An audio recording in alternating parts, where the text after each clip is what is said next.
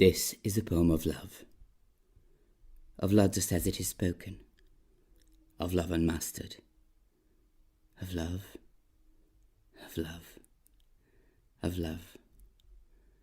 This is a poem of the love of building fronts and of rubbish bins, of love felt by chickens, cats and dogs and by every kind of beast, of love, of love, of love.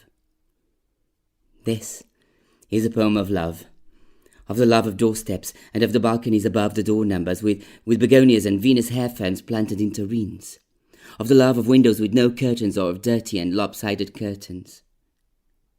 This is a poem of the love of the white stones in the pavement with little black ones decorating it to entertain the eyes, and the stubborn weeds growing in the cracks and the crouching men scraping them, the weeds still growing.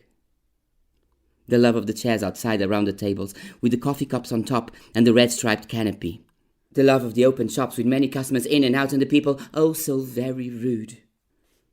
This is a poem of the love of the sun and the moonlight, of the cold and the heat, of the trees and the sea, of the breeze and the tempest, of the violent rain, of light and colour.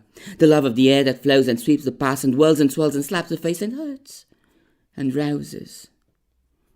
Of the love of being absent-minded and stepping on dour people's feet. Of the love of loving with no law or commitment. Of the love of looking sideways just like birds do. Of the love of going and coming back and going once again without it being anyone's business.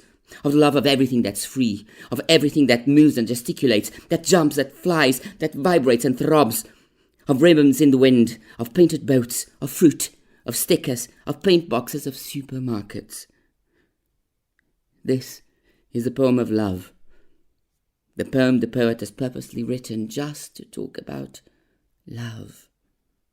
Love, love and love.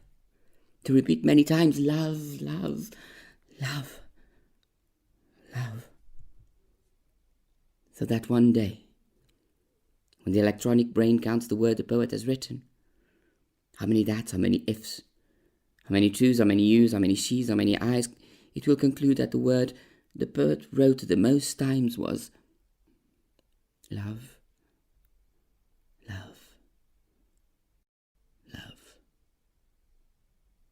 This is a poem of love.